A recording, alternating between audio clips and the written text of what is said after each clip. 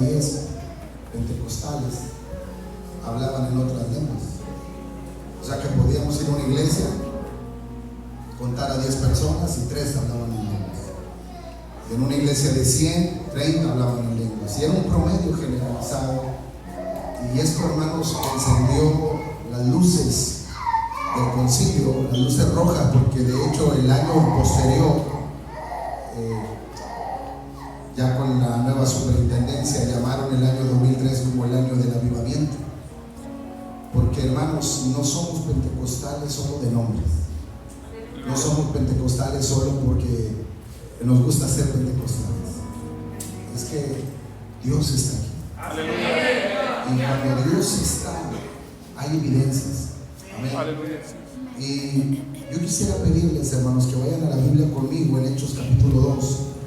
Hoy estamos hablando del Pentecostés, hermanos. Ayer hablamos sobre la conciencia de un creyente pentecostal. Hace un momento también mi hija les compartía sobre la importancia de la unidad en el pentecostalismo. Y mañana vamos a continuar hablando del Pentecostés. Dice la Escritura, hermanos, Hechos capítulo 2, un versículo ya muy conocido por todos, versículo 1 al 4, dice: cuando llegó el día del Pentecostés, estaban todos unánimes juntos, y de repente vino del cielo un estruendo como de un viento recio que soplaba, el cual llenó toda la casa donde estaban sentados, y se les aparecieron lenguas repartidas como de fuego, asentándose sobre cada uno de ellos, y fueron todos llenos del Espíritu Santo, y comenzaron a hablar en otras lenguas según el Espíritu les daba que hablasen.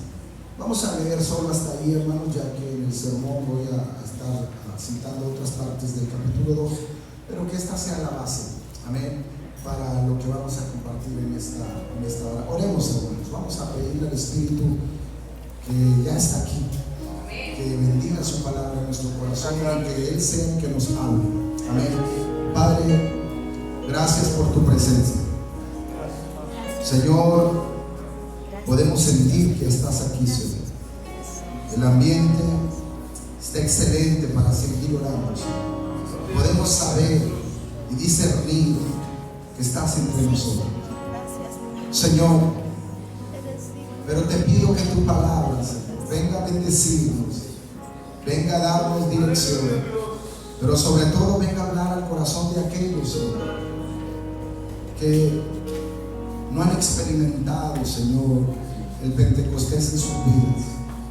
Aquellos que quizás están apáticos, Señor, no sienten ese fuego, respetan, crecieron aquí, les gusta, Señor, y hasta cierto punto entienden lo que pasa, pero no hay fuego en sus vidas, no hay poder, no hay unción, no hay deseo de estar aquí. Habla a la iglesia, Señor, habla a ellos, Espíritu Santo, en el nombre poderoso de Jesús. Amén. Pueden sentarse, hermanos.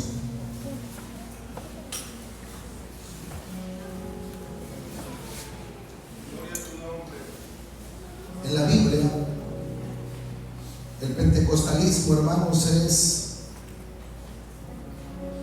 una doctrina, una enseñanza que ha sido armada, organizada, principalmente por aquellos hermanos que fueron tocados, que fueron impactados por el Espíritu Santo, porque usted se sorprendería si le contáramos que apenas en el siglo XVIII, en el siglo XIX, no había una doctrina, hermanos, regulada ni establecida, mucho menos convertida en un dogma en ninguna iglesia, porque no había un mover así. Lo más cercano a buscar a Dios era una iglesia, un movimiento que se llamaba el movimiento de la santidad, y chispazos de otros movimientos, de predicadores, algunos metodistas, algunos hermanos de otras denominaciones, y algunos grandes predicadores, hermanos, que impactaron su medio, impactaron sus pueblos, impactaron el lugar donde vivían, pero que no podemos negar que no eran predicadores que tuvieran la experiencia de hablar en otras lenguas y no tenían la llenura del Espíritu Santo.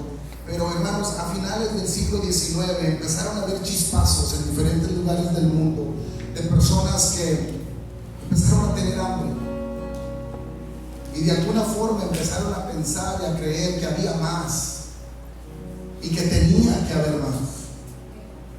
Tenemos los registros, hermanos, de lo que sucedió, por ejemplo, en Topeka, Kansas, en aquel instituto bíblico donde los jóvenes son motivados por su maestro de Hechos a estudiar el libro de Hechos y a buscar todo lo que decía sobre el Espíritu y el poder y el hablar en lenguas y el bautismo. Y ahí empezó a despertar Dios un hambre y trajo Dios después un avivamiento. ¿Qué decir, hermano, de lo que sucedió aquel 1906, en Azusa Street, con un hombre moreno, hermanos, un hombre que estaba huyendo del este de Estados Unidos por causa de la persecución racial, de los conflictos civiles, pero él tenía hambre de Dios. Pero no se le permitía estudiar entre los blancos, ni se le permitía congregarse contra los blancos. Había mucha segregación racial y este hombre se llamaba William Seymour.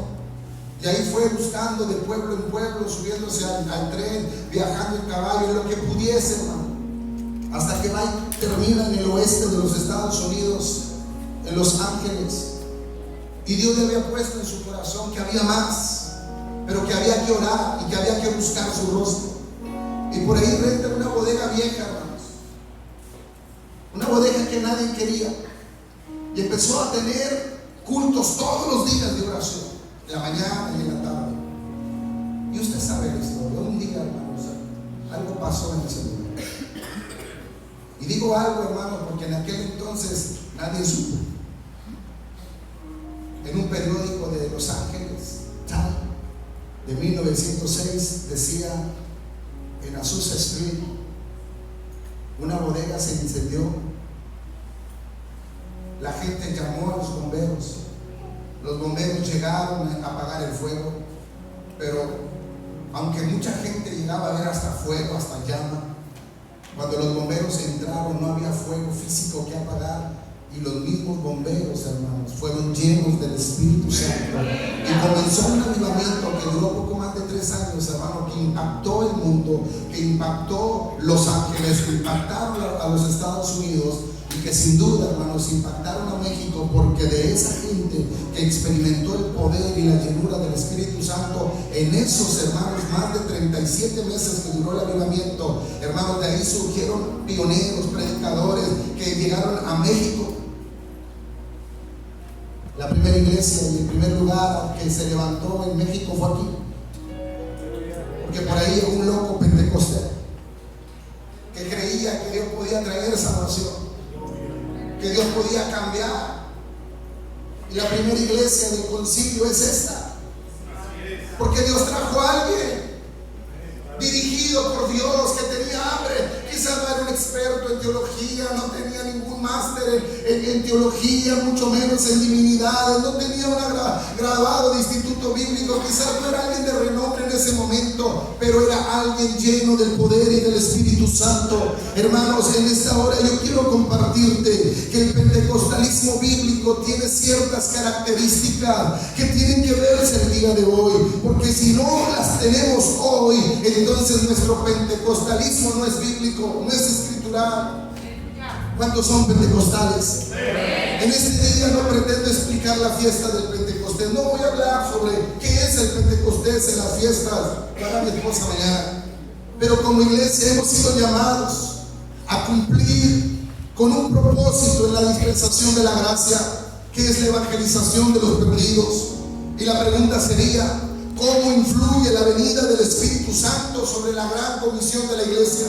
Será importante, hermanos, la presencia del Espíritu para poder cumplir con el desafío que Dios nos dejó, con el desafío que Cristo nos dejó. La Biblia dice que todos fueron llenos del Espíritu Santo, y la pregunta sería: ¿pero qué cambió?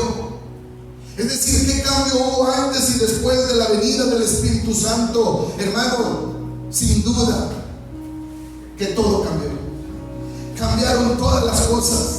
Porque a partir de ese día, hermano, no solo nace la iglesia, sino que nace una iglesia llena de Cristo, llena del poder, llena de la unción de Dios. Las características del Pentecostés son las mismas, hermano, las que deben distinguir a la iglesia de hoy.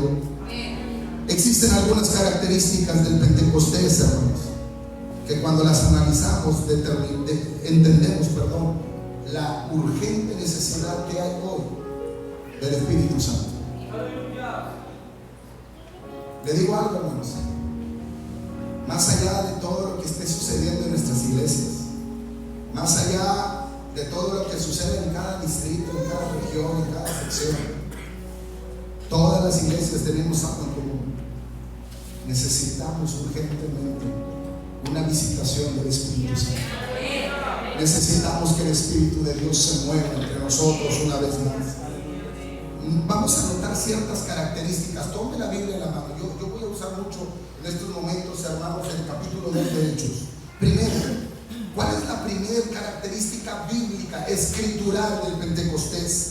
Primero, la primera cosa que aprendemos aquí es que el Pentecostés nos enseña que la fuerza, el poder de la iglesia es absolutamente teocéntrico, es espiritual.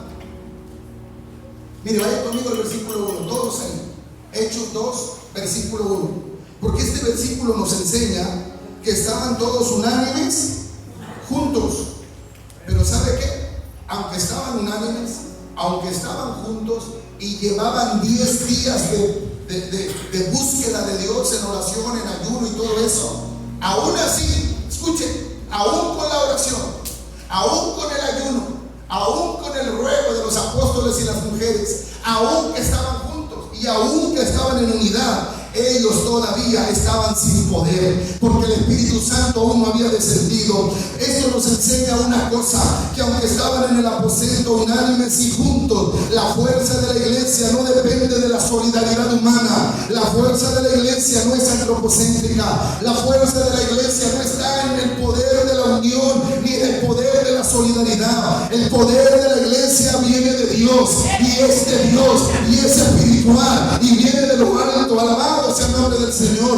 Nuestra fuerza no es el fruto de la carne. Vaya, diría Zacarías, no es con espada, ni con ejército, ni con fuerza, mas con mi espíritu, ha dicho el Señor. Pero note algo, hermano, en el versículo 2 de Hechos capítulo 2 se nos enseña aquí, hermanos, que algo le faltaba a la iglesia, porque aunque estaban unánimes juntos, algo le faltaba, y lo que le faltaba vino de arriba. ¿De dónde vino lo que le faltaba? Mira lo que dice: y de repente vino de él. Diga conmigo, vino del cielo. Hermanos, aquí dice que vino del cielo. La fuerza de la iglesia es celestial. Por eso estoy diciendo que la primera característica, escuche, la primera característica del pentecostalismo bíblico es que el poder de la iglesia es teocéntrico, viene del cielo, es celestial, no está en nosotros, ni lo podemos encontrar en la meditación. No lo puedo encontrar, hermanos, en ponerte a meditar. No lo voy a encontrar en una sesión de psicología. No lo voy a encontrar, hermanos, en una ayuda con cualquier clínica médica. No hay nada, ni ninguna planeación, ni ninguna cosa humana que pueda equipar a la iglesia. Dice la Biblia que de repente vino del cielo. Alabado es el nombre del Señor. La fuerza de la iglesia es celestial, el poder de la iglesia es espiritual. Decía David: ¿de dónde vendrá mi socorro? Alabado sea el nombre del Señor. Lo que Dios le da a la iglesia viene y tiene que venir del cielo. Decía Pablo: las armas de nuestra milicia no son carnales, sino poderosas en Dios, para destruir toda altivez que contra Dios se levante. El versículo 3 del mismo de Hechos capítulo 2 nos enseña que Dios les repartió lenguas, hermanos. A cada uno de ellos dice lenguas como de fuego. La palabra lenguas en griego, hermanos, es la palabra glosa. Por eso cuando decimos glosa, lalia, es hablar en lenguas, porque la palabra lalia, hablar, es la unión de dos palabras. Glosa, que en griego es lengua, o en español, pero es lengua, y la palabra lalia, hablar. Glosolalia es hablar en lenguas. Y aquí dice que se le repartieron, ¿qué, hermanos? Lenguas a cada uno de ellos. El Espíritu de Dios es invisible al ojo humano, pero las lenguas son la evidencia física, audible, escritural, de que algo estaba pasando con aquellos que la gente creía que estaban ebrios. Lenguas como de fuego. El fuego, cuando hablamos del avivamiento y cuando estudiamos el poder del Espíritu, la palabra fuego dentro del contexto del pentecostalismo significa pasión, significa ardor, significa poder, significa expansión, significa vida, significa avivamiento. Por eso es que en los altares, cuando decimos Señor manda el fuego, o pon tu fuego, o rogamos por el fuego, le ponemos la mano sobre alguien, Señor, fuego en el nombre del Señor, no es otra cosa que estamos clamando que el Espíritu Santo ponga sobre la cabeza de nosotros lo mismo que puso sobre la cabeza de ellos y lo mismo que vino del cielo, el fuego del Espíritu Santo. Alabado sea el nombre del Señor, aleluya. Es por eso, hermanos, que el Pentecostés es un detonante que lleva al débil a hacer proezas, porque el poder de Dios no está en nosotros. Dios se lo enseña a Pablo: en tus debilidades se perfecciona mi poder. Dios puede hacer cosas con nosotros. Levanta la mano, ¿cuántos de aquí son perfectos? Yo no, usted tampoco, ¿verdad? ¿O hay algún perfecto aquí? ¿Hay alguien aquí que no tenga debilidades? ¿Hay alguien aquí que se sienta muy capaz de hacer todo? Yo creo que no. Pero si dijera, hay alguien aquí que de repente tiene o lucha a veces con ciertos temores, habrá gente aquí que tiene debilidades, habrá gente aquí que todavía tiene pecados, habrá gente aquí que todavía hay cosas que lo atan y lo detienen. Si empiezo a hacer ese tipo de preguntas, le aseguro que se van a empezar a levantar manos. Ahora quiero que piensen algo. Imaginen por un momento, hermano, por favor, imagínense que saliendo de esta puerta no hay ningún ser humano que conozca a Cristo. Imaginen por un momento que solo los que estamos aquí somos los únicos cristianos en todo el mundo. Qué terror, ¿no? Porque tenemos una gran comisión, pero ya no hay templos, ya no hay mar, ya no hay nadie. El mundo sigue lleno, la gente está allá, pero los únicos que le conocen somos nosotros. Y nos ha dado Dios una gran comisión de ir a todo el mundo y predicar el Evangelio. A ver, ¿cuántos de aquí están listos? ¿Cuántos de aquí quieren ir a China? ¿Cuántos de aquí se van a ir a otros países? ¿Cuántos de aquí van a viajar? Y van a nadie, todos vamos temerosos.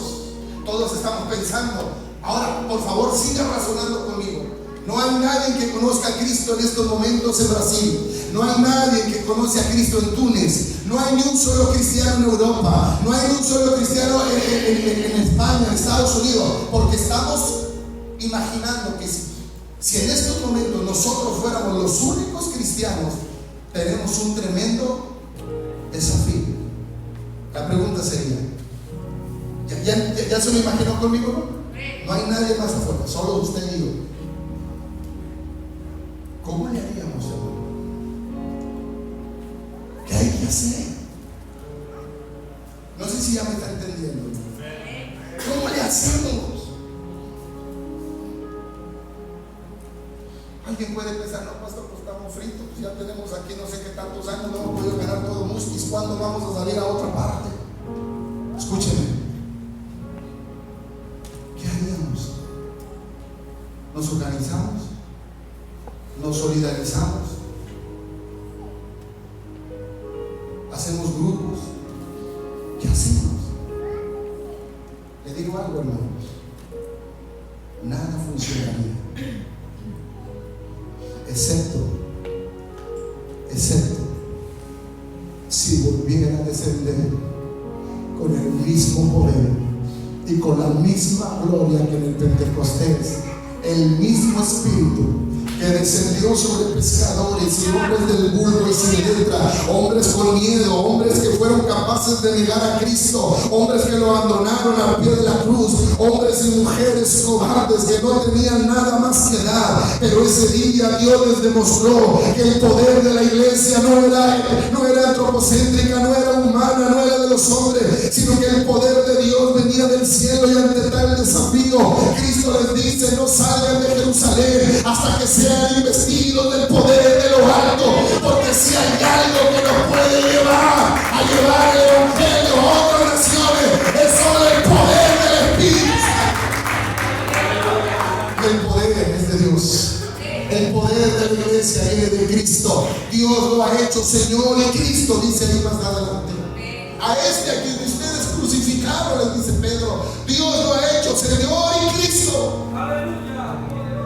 Y el poder de la iglesia es el poder de Cristo. El poder por el cual sostiene todas las cosas, dice el apóstol Pablo. Así que la primera característica, hermano, del pentecostalismo bíblico es que el poder de la iglesia es teocéntrico, viene del cielo. Así que desde ahí, hermano, y con solo este punto, yo ya estaría listo para llorar y decirle: Señor, te necesito. Te necesito, Jesús.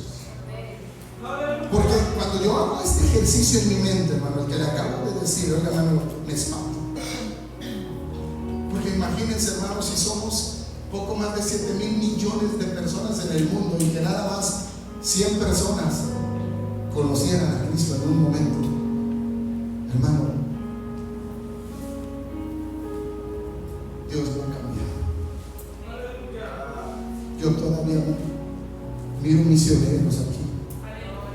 Yo todavía creo que hay predicadores aquí sentados, hombres y mujeres de Dios, que si tan solo le dijeran a Dios: aquí está mi vida, úsame, Señor, pero no en mis parámetros, ni siquiera en mi mente, ni siquiera en mi visión. Úsame en la medida del poder de Dios y levántame y llévame a donde tú quieras, porque el poder que yo necesito es tuyo.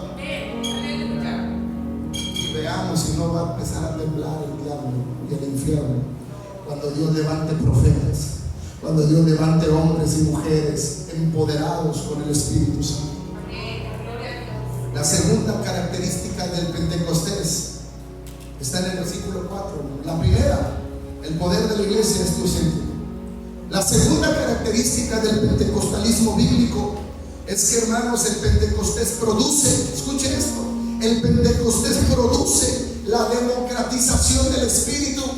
Diga conmigo: democratización. Democratización del Espíritu.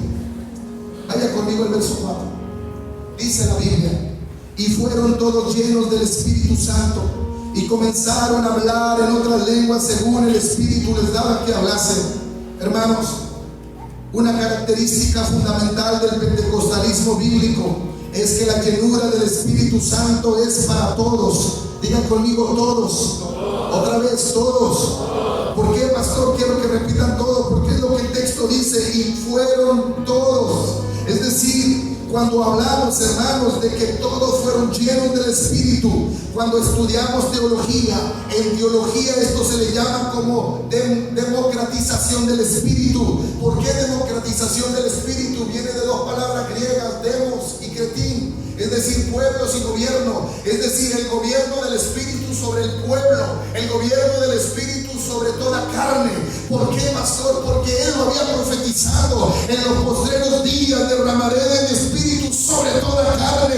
Eso es democratización del Espíritu. Es decir, el Espíritu ya no sería exclusivo, sino que estaría disponible para todo aquel que lo quiere y para todo aquel que se rinde a los pies de Cristo. En el Antiguo Testamento, hermano, Dios daba su Espíritu a unos, pero ahora Dios quiere dárselo a todos.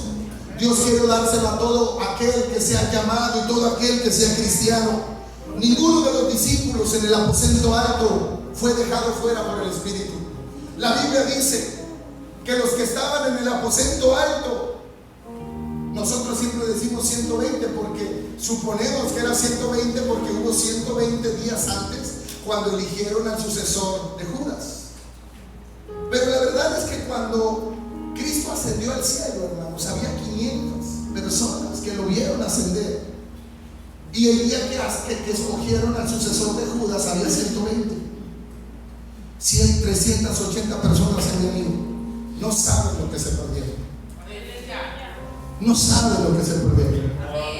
Suponemos que el día del Pentecostés seguían esos 120, aunque algunos eruditos dicen pudo haber sido un número menor, porque cuesta permanecer en un lugar orando y buscando a Dios donde no hay nada, donde no se siente nada, donde solo están esperando una promesa, porque Jesús no les dejó nada, hermano, más que una promesa. Esperad vosotros la promesa de mi Padre. Esperar en Jerusalén. Hay mucho pueblo de Dios, hermano, que no puede testificar que tiene la llenura del Espíritu Santo. Muchos no tienen el bautismo en el Espíritu Santo.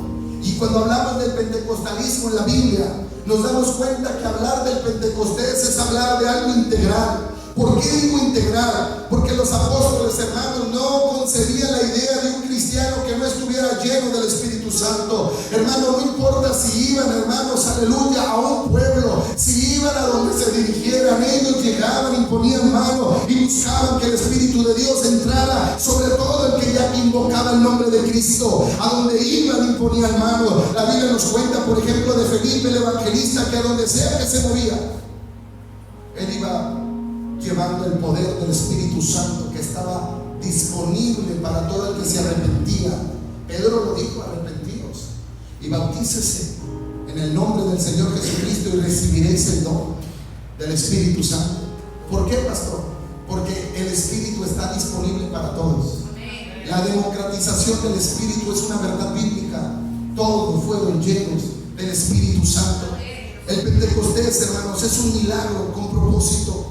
El Espíritu es quien habla por medio de nuestra lengua. El Espíritu es quien habló. Por eso es que el entendimiento queda vacío, porque quien da la palabra y de quien viene el pensamiento no es de nuestro pensamiento, sino del pensamiento de Dios. Es decir, la palabra, claro que tiene un significado en lenguas, y claro que tiene alguien que pensó en ese mensaje, y el que lo pensó y el que lo habla es el Espíritu, aunque nuestro entendimiento queda vacío, pero hay un mensaje, hay un propósito.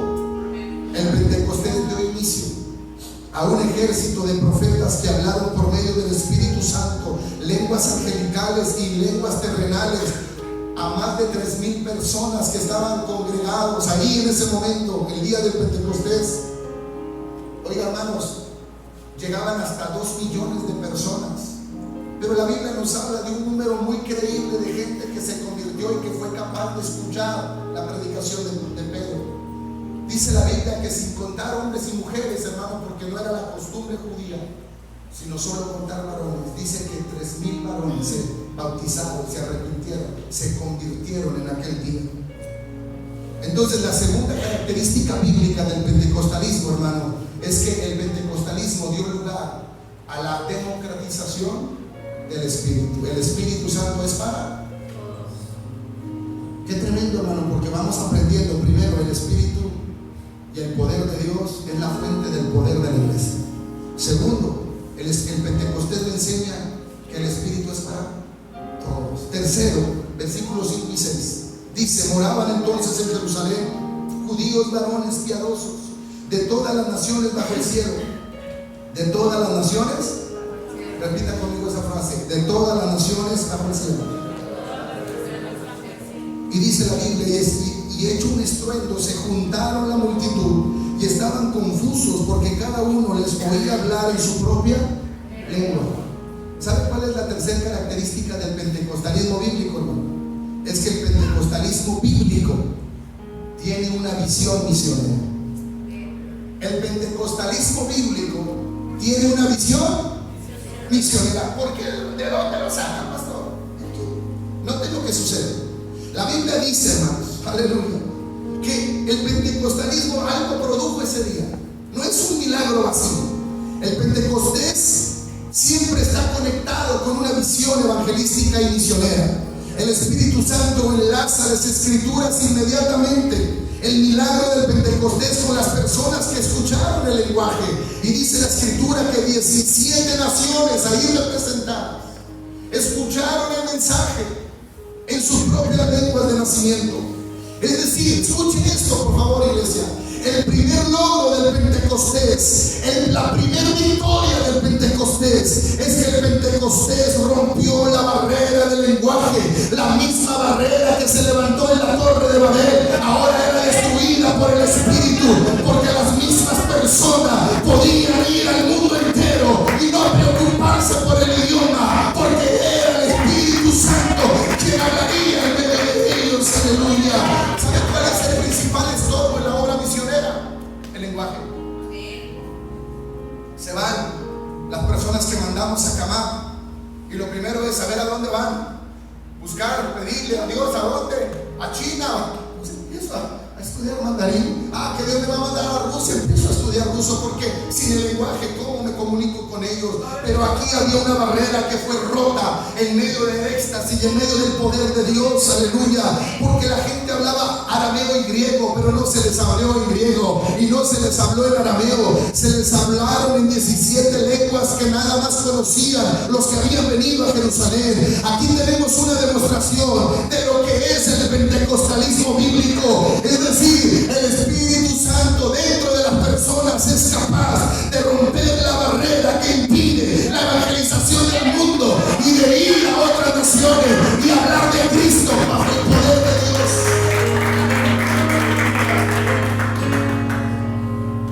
Oral Roberts, un tremendo predicador de habla inglesa, en una ocasión fue a predicar a Rusia en medio de la crisis más terrible del comunismo, a la Unión Soviética.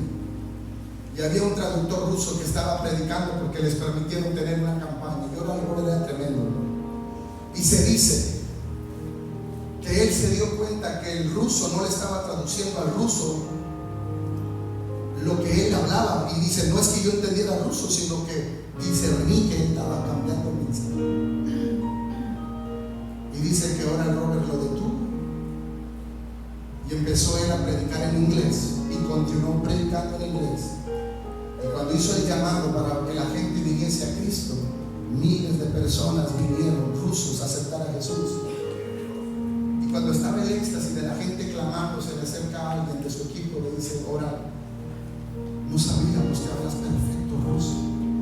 Y él volteó y le dijo, yo prediqué en inglés. Y dijo, no, te escuchamos hablar por más de media hora en ruso. Y mira, la gente ha escuchado el mensaje. Él pensaba que seguía hablando en inglés, pero era el Espíritu Santo quien tomó ahora el nombre y estaba predicando en su propio lenguaje. Alabado sea el nombre del Señor.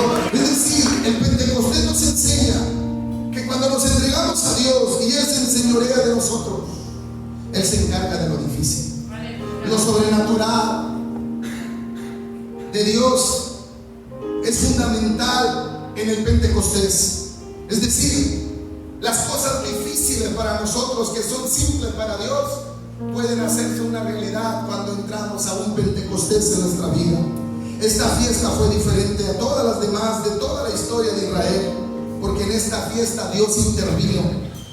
El Espíritu Santo descendió para quedarse. La iglesia le presentó a Dios los primeros frutos de almas ganadas por la predicación de Pedro. Hablar del Pentecostés es hablar sin duda de otro nivel, porque nadie puede defender el pentecostalismo al menos de que haya tenido la experiencia del toque y de la llenura del Espíritu Santo. Habrá muchos que atacan el pentecostalismo, habrá muchos que atacan el hablar en lengua, pero jamás he escuchado a uno que haya sido lleno del poder, que haya sido lleno de la gloria de Dios, atacando el bautismo en el Espíritu Santo. Solo los que no lo tienen.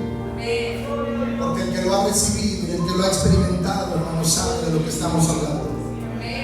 Hablar del Pentecostés es hablar de otro nivel.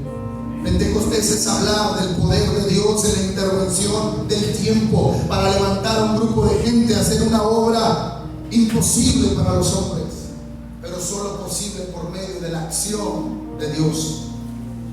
¿Saben que en el versículo 9 ahí, hermanos, de Hechos 2, del 9 al 12, en un momento, en un soplo de Dios, no lo voy a leer, pero estoy citando el texto, en un momento, en un soplo de Dios, Más de 17 lenguas fueron usadas para proclamar las maravillas de Cristo. Porque ¿saben qué estaban hablando los discípulos sin saber?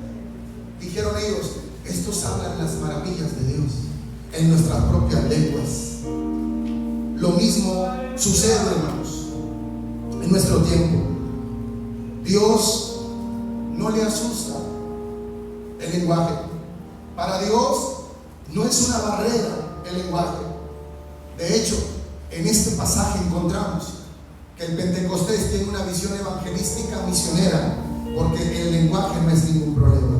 Dios soluciona el problema del lenguaje, porque tiene, hermanos, tiene el poder para darnos a nosotros, escuchen, el hablar lenguas en el que quizás mi entendimiento queda vacío, pero el Espíritu Santo toma nuestras lenguas.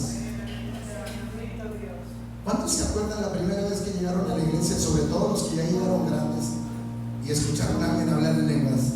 ¿Se acuerdan? Era raro. Yo me acuerdo que yo llegué a los 16 años, católico, a la iglesia. Yo quería ser sacerdote.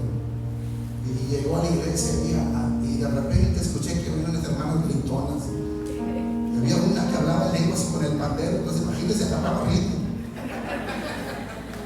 El pandero por acá, la lengua por acá, y medio saltaba y se movía. Oiga, hermano, que era un escándalo que yo dije: para mí esto está loco. Esto está loco. Pero ahí había ido mi abuela, ahí murió mi abuela. Dije: bueno, ya estoy aquí. Pero por encima de mi orgullo, yo tuve que admitir unos minutos después que algo poderoso se sentía. Yo no sabía nada. Empecé a sentir un nudo en la garganta y unas ganas de llorar que no las podía explicar. Pero ahí estaba Dios. Pero yo era el que no lo conocía. Yo era el que nunca lo había experimentado. Y le digo algo, hermano, que siempre lo he dicho. Cuando el pastor comenzó a predicar, yo estaba listo, pero no sabía. Yo necesitaba escuchar la palabra para que alguien me guiara a Cristo. Y así pasó. Pero todavía no comenzaba la predicación. Yo ya tenía un nudo en la garganta. Yo tenía ganas de llorar, pero no sabía por qué. ¿Quién hace eso? ¿Quién hace eso? Sino el poder del Espíritu Santo. Número 4. El pentecostalismo bíblico, hermanos, produce cambios intrínsecos. Es la cuarta característica del pentecostalismo bíblico. ¿Sabía usted, hermano, que cuando alguien es pentecostés, cuando alguien actúa en el mover de Dios dentro del pentecostalismo, esa persona tiene que ser cambiada y transformada? ¿Sabe qué nos ha hecho tanto daño hoy en día, hermano?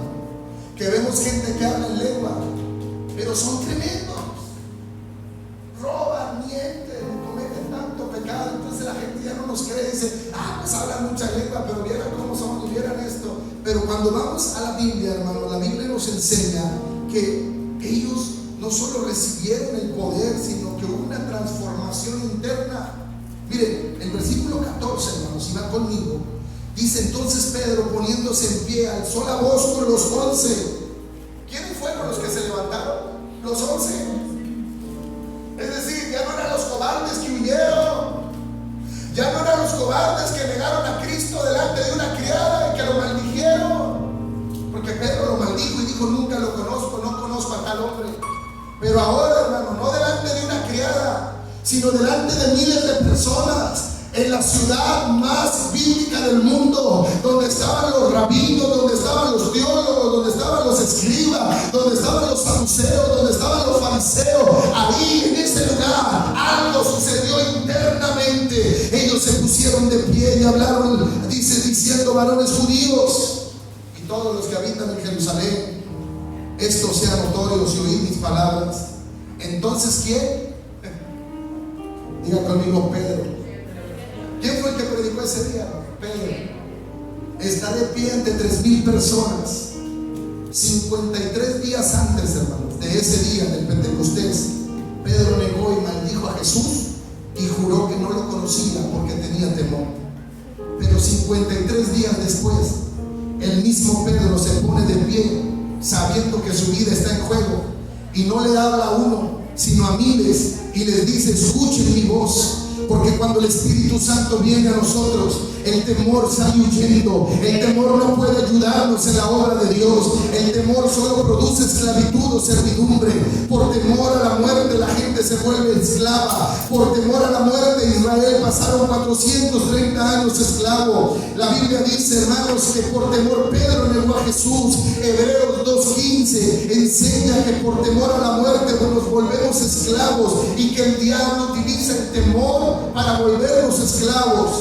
Pero después del Pentecostés, después de la llenura del Espíritu Santo, Pedro con los otros se pone de pie, pide la palabra, y ahora está de pie en Jerusalén, donde más se conoce el Caná, y dice: varones judíos, escuchadme. Hermanos, ellos eran hombres pescadores, ellos eran hombres del vulgo y sin letra. Su griego era un griego corriente, ellos hablaban un griego fónico, un griego que no era educado. Sin embargo, le empiezan a predicar a la gente con poder, con autoridad, con denuedo, y empieza, hermanos, el poder de Dios a actuar en ellos de tal manera que dice la Biblia en Hechos capítulo 2 que toda la gente se sintieron compungidos, quebrantados, y respondieron a Pedro: ¿qué haremos?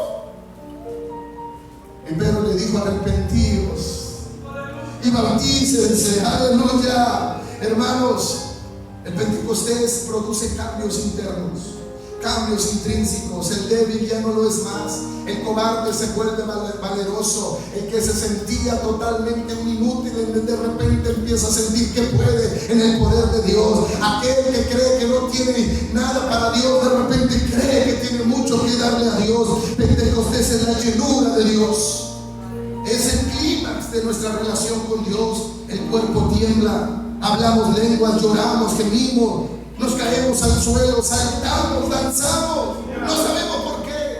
Pero una cosa sí sabemos: no estamos llenos de mosto, no estamos ebrios, no estamos borrachos, sino que el Espíritu de Dios vino sobre nosotros, y es el cumplimiento de la profecía del Señor.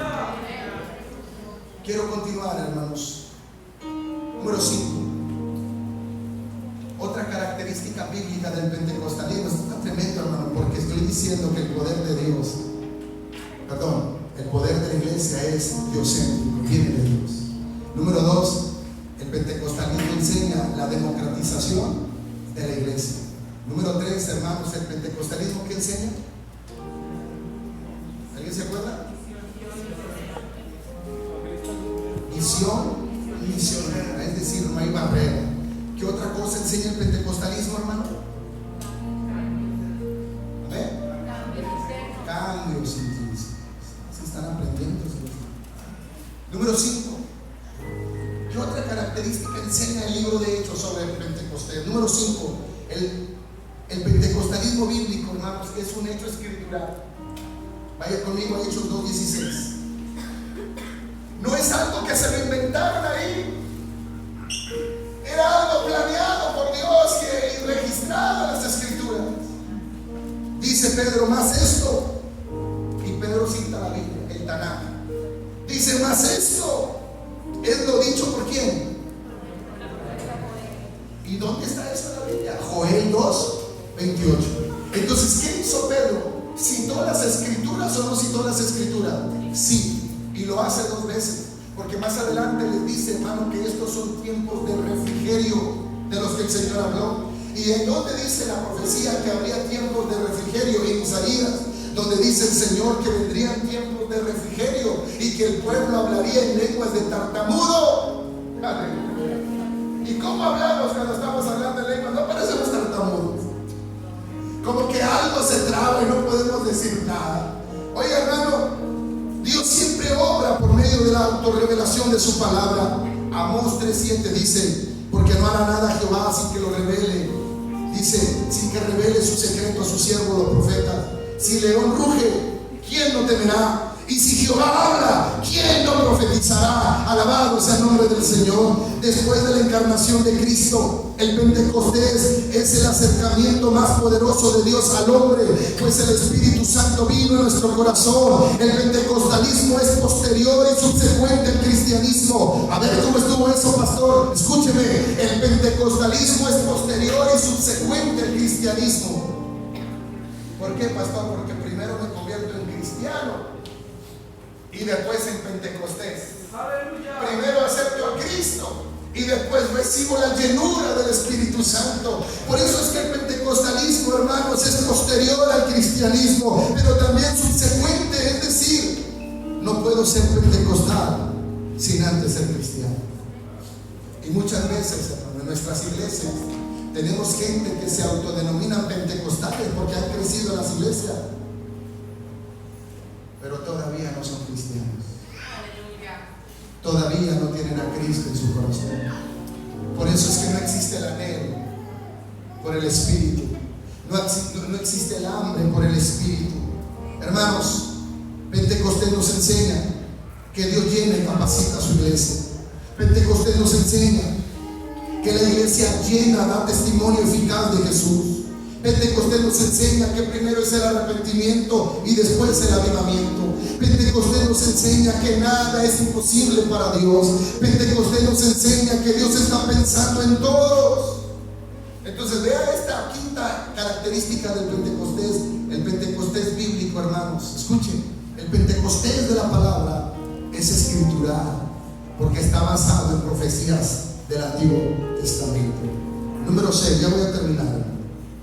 El pentecostalismo bíblico, la sexta característica, el pentecostalismo bíblico, hermanos, tiene un propósito para toda la familia. Digan conmigo, el pentecostalismo bíblico tiene un propósito para toda la familia. ¿Dónde lo dice, pastor? Vaya conmigo, por favor, a Hechos capítulo 2. Hechos capítulo 2, por favor. Y dice, hermano, versículo 17: en los postreros días, dice el Señor, derramaré de mi espíritu sobre toda carne, y vuestros hijos y vuestras hijas. ¿Quiénes?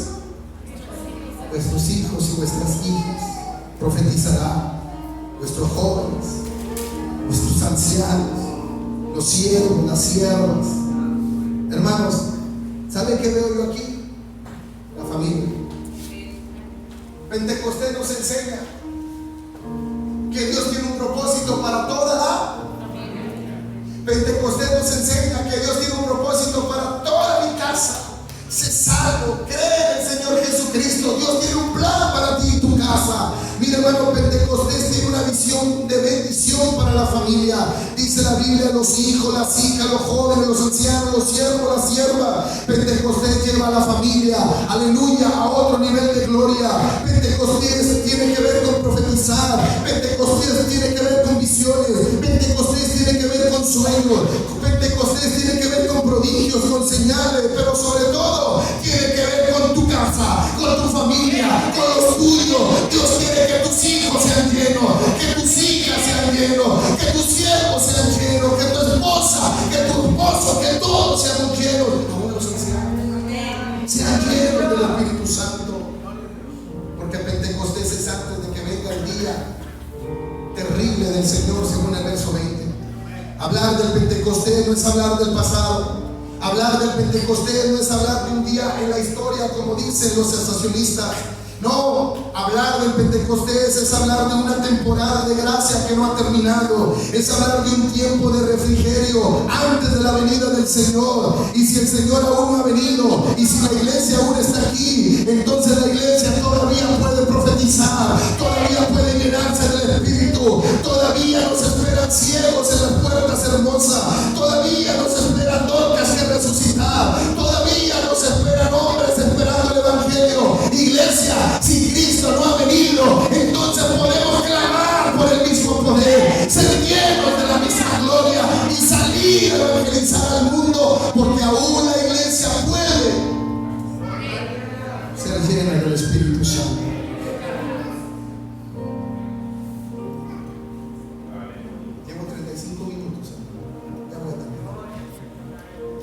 Escúchame. El versículo 21 se va conmigo. Y todo aquel que invocar el nombre del Señor, y todo aquel que invocar el nombre del Señor. La última característica del pentecostalismo, hermano, es que el pentecostalismo bíblico gira en torno a la salvación.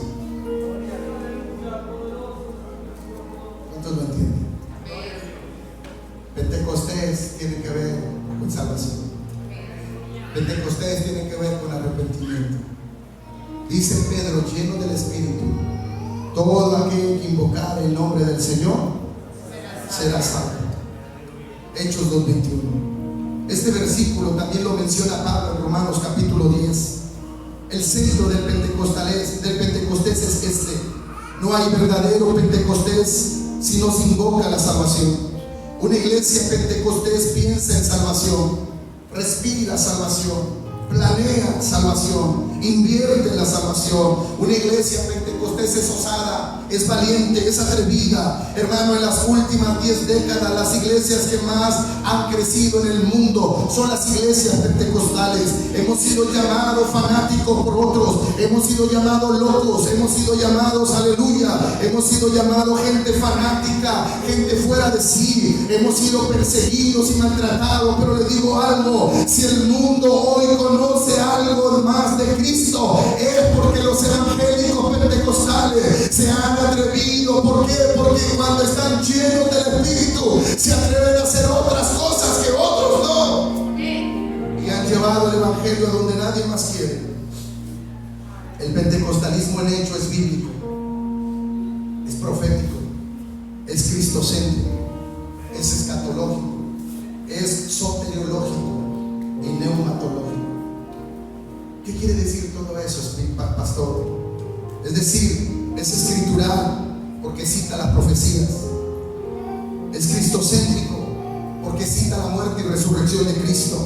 El Pentecostés es escatológico porque cita el futuro y la venida del Señor. Es soteriológico porque cita la salvación y el arrepentimiento del hombre. Y es neumatológico porque pone a la disposición la llenura del Espíritu para todo aquel que quiera venir a los pies de Cristo. ¡Aleluya! El versículo 28 dice: me llenará de gozo en tu presencia. Miren lo que dice Hechos 2:28. No sé si lo tienen. Lo quiero leer aquí. Miren lo que dice, hermano. Me hiciste conocer los caminos de la vida, me llenaste de gozo con tú. Me llenaste de gozo. Mucha gente, hermano, ni sabe que está en Hechos 2:28 ese texto. Pero Pedro está diciendo: me llenaste de gozo con tú. Está citando las escrituras. Hermanos, la iglesia cristiana ha sido llamada a tener el gozo del Señor. El gozo está sujeto al Pentecostés. ¿Por qué, pastor, al Pentecostés? Porque solo dice aquí que el gozo del Señor está sujeto a su presencia. El versículo 28 nos dice que el Pentecostés, además de ser una experiencia que nos llena de su presencia, dice que también nos llena de gozo, nos fortalece. Ante esta tremenda predicación de Pedro, la gente queda quebrantada y le pregunta: ¿qué haremos? Lo mismo que preguntó el carcelero de Filipos a Pablo: ¿qué haremos? En resumen, hermanos, el Pentecostés nos enseña la regeneración, el discipulado y el ministerio. Pero todo esto en torno y girando siempre sobre la figura del Espíritu Santo.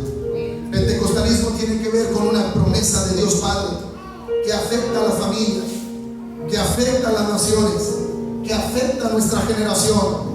El versículo 40 dice: sed salvos de esta perversa generación. Solo una generación que se mueve en este nivel escritural podrá marcar la diferencia, y dejaremos de ser una iglesia profesante, nos convertiremos en una iglesia verdadera. Dejaremos de ser de una iglesia del montón y empezaremos a ver en el Espíritu de Dios. Quizás hay gente que a tu lado no ora, no quiere nada con el Espíritu, pero que a ti no te importe si no hay más jóvenes, que a ti no te importe si eres el único joven que llega a la iglesia. Tú ponte de pie, levántate y levanta la palabra y levanta tu voz, y que tú seas una antorcha llena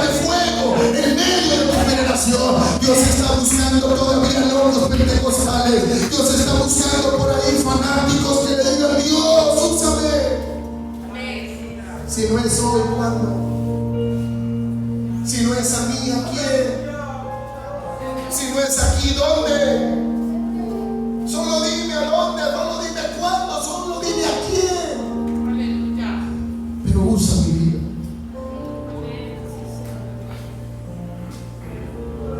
Cuando analizamos estas características del pentecostalismo, podemos ahora entender cuán lejos estamos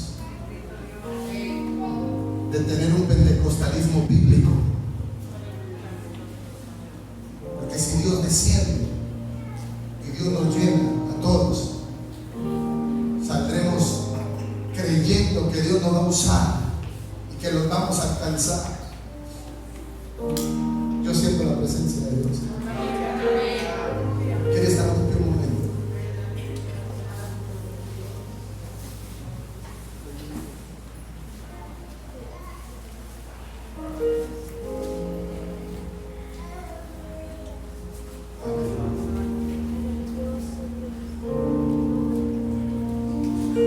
Cierre sus ojos, por favor.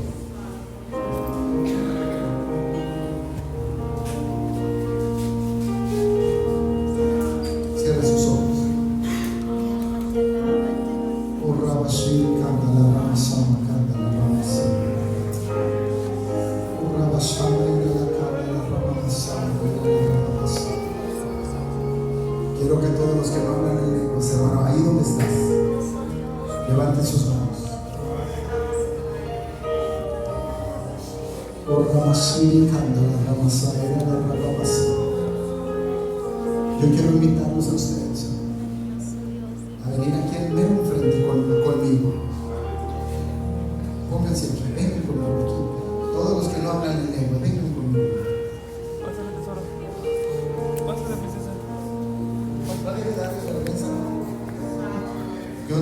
Esto no está sujeto a ti, ¿lo quieres? Dice la Biblia que está sujeto a Dios. Él es el que bautiza. Venga, hasta acá hasta el frente, todos los que quieren el bautismo, vengan.